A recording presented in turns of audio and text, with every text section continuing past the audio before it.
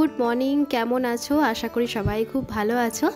এখন ঘড়িতে বাজে 9টা। তো আজ হলো শনিবার, তার জন্য সমস্ত কিছু নিরামিষ রান্না হবে। আধ ঘন্টা আগে আমি মটর ডালটা ধুয়ে ভিজিয়ে রাখি, কেন কি মটর ডাল হতে একটু সময় লাগে, তার জন্য আধ ঘন্টা ভিজিয়ে রাখলে না জিনিসটা তাড়াতাড়ি হয়ে যায়। তো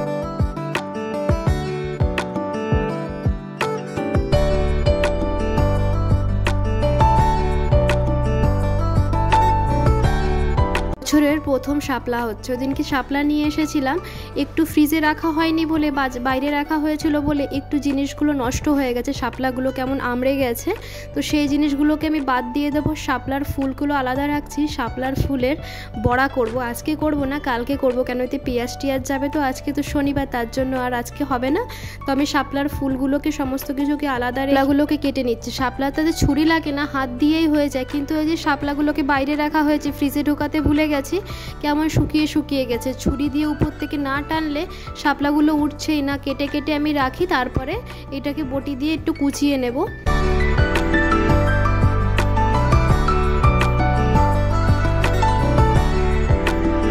পরের দিন আমাদের বাড়িতে খুব তাড়াতাড়ি রান্না হয়ে যায়, কেন কি দিনকে রান্নার একদম ঝামেলা থাকে না। ডাল বা কোনো একটা তরকারি বা ভাজাভুজি করলেই হয়ে যায়। যদি বাবা টাবারা যখন আসে তখন পনির টনির করা হয়। পনিরটা অ্যাকচুয়ালি কেউ আমাদের বাড়িতে খেতে চায় না, শুধুমাত্র আমি আর আমার বাবাই খাই, না হয় বৌদি দাদা কেউ খেতে চায় না। একার জন্য না করতে ইচ্ছাও করে না, যে একার জন্য আবার কি করব। যখন বাবা আসে তখনই খাওয়া হয়। মাঝে মাঝে ভুল ভবিষ্যতে যদি আমি নিয়ে আসলাম, নিজের জন্য করলাম, বৌদি মা কেউ খেতে চায় না, হয়তো আলু টালু নিয়ে নেবে, মশলা নিয়ে নেবে, কিন্তু পনিরটা খেতে একদমই চায় না। তো এদিকে পটল বেগুন, তো আমি বেগুন খাই না, পটল ভাজা না তেমন একটা আমার পছন্দ না, তার জন্য আমি গোল গোল করে আলু কেটে নিয়েছি। আলু ভাজা আর আমার ডাল হলেই, আর একটু পাঁপড় ভাজছি, ওইটা হলেই আমার এনাফ, আর আমার কিচ্ছুই লাগে না।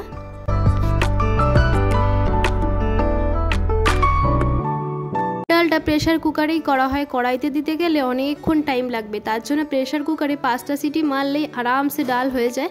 আর আমার কথার মাঝখানে দেখবে গাড়ির হরেন পাওয়া যাবে, কিন্তু কি করব বলো, কোথায় যে আমি ভয়েস ওভার দেবো যাতে আওয়াজগুলো না আসে। সামনেই রেল স্টেশন, অটো স্ট্যান্ড, টোটো স্ট্যান্ড, ভ্যান স্ট্যান্ড, রিক্সা স্ট্যান্ড, কতজনের হর্নটা আমি বন্ধ করব, কিচ্ছু করার নেই। একটু চলে আসে, তাও আমি কিভাবে ভয়েস ওভার দিই একমাত্র আমি জানি। যখনই দেখি কোনো শব্দ নেই তখনই ঝটপট করে দেওয়ার চেষ্টা করি। উপরের ঘরে গেলেই এই দিক দিয়ে উপরে ঘরে যাব, জানলা বন্ধ করব, আওয়াজটা কেমন গম গম করবে, তার জন্য শুনতেও ভালো লাগে না। যখনই মাঝে মাঝে ভয়েস ওভার দেবো তখনই হয়তো ট্রেনে হর্ন দেবে, না হয় থ্রু ট্রেন ঢুকবে।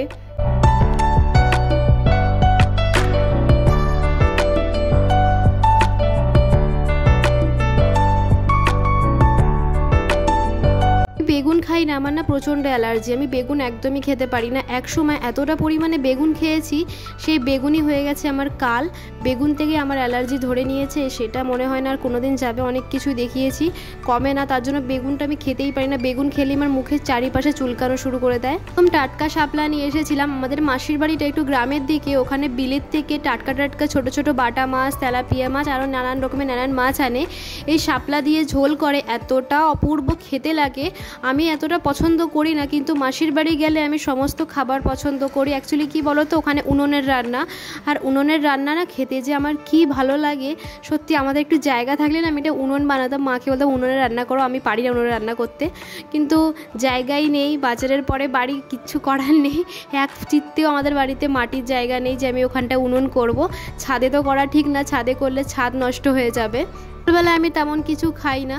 2টো ব্রেড 4-5 দিন ধরে ফ্রিজে পড়ে রয়েছে। আজকে ফ্রিজটা পরিষ্কার করতে গিয়ে দেখি 2টো ব্রেড রয়েছে, তো ভাবলাম একে একটু টোস্ট করে নিই। আমি না টোস্ট খেতে খুব ভালোবাসি। ব্রেডটাকে একদম কড়মড়ে করে নিই, বাটি দিয়ে চেপে ওকে একদম ক্রিস্পি টাইপের করে নিয়ে ওর পরে বাটারটা লাগিয়ে, দেখো এদিকে আমার কথা বলতে বলতে তোমাদের সাথে আমার শাপলাটাও হয়ে গেছে, হয়নি মানে 40% হয়ে গেছে, কালারটা চেঞ্জ হয়ে গেছে। নুন দিয়ে ঢাকলাম না, কেন কি একদম টাটকা আর কচি শাপলা, তো তার জন্য ঢাকলে পরে একদম মানে নষ্ট হয়ে যাবে, বলতে ঘন্ট হয়ে যাবে। আমি কি বলে ফেলছি।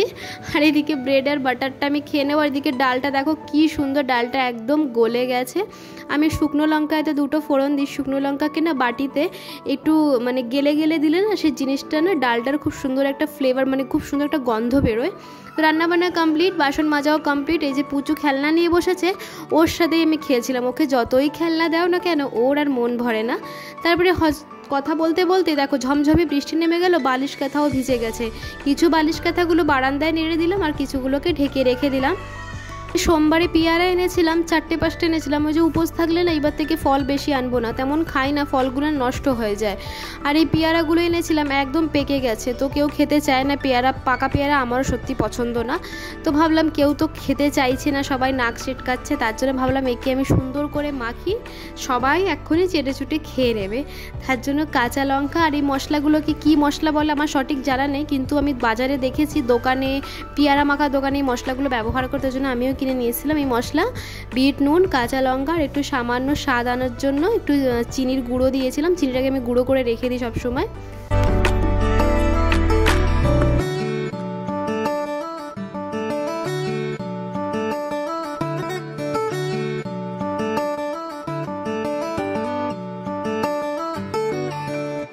খাবার শেষ, একটু ধনে পাতা ছিল ফ্রিজে, কেমন কালো কালো হয়ে গেছিলো, একটু বেছে বেছে কিছুটা যে কটা অংশ ভালো ছিল সেই কটা কুচি কুচি করে দিয়ে দিলাম। এবার নিয়ে যাই।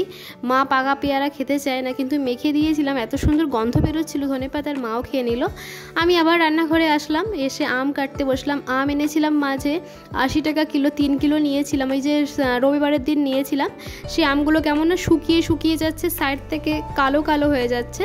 তো দুপুরবেলা না শেষ পাতে সবাই আম দিয়ে ভাত খায়, আমার তো খুব ভালো লাগে। ভালো করে ভাতটা চটকিয়ে নুন দিয়ে তারপরে আম দিয়ে চটকালে না এত অপূর্ব লাগে সত্যি, ওই দিয়েই ভাত খাওয়া হয়ে যায়। আর আমগুলো একটু ভালো করে না দেখে খেলে পোকা থাকে, কেন দেখে দেখেই সমস্ত কিছু কেটেছি। হাত মুখ ধুয়ে শুয়ে শুয়ে একটা সাউথ ইন্ডিয়ানের হরর মুভি দেখছিলাম। আমার না ভূতের বই দেখতে ভীষণ ভালো লাগে, কিন্তু না রাতের বেলার দিকে আমার অবস্থা খারাপ হয়ে যায়। দেখে পুচুকে মা আলতা পরিয়ে দিয়েছে। তো আজকের ব্লগটা এখানে শেষ করে দিলাম, নতুন একটি ব্লগ নিয়ে তোমাদের সাথে আবার দেখা হবে। সবাই ভালো থেকো, সুস্থ থেকো। ভিডিওটি ভালো লেগে থাকলে লাইক, কমেন্ট, শেয়ার, সাবস্ক্রাইব করতে ভুলো না। আসি তাহলে, পরে দেখা হবে, টাটা।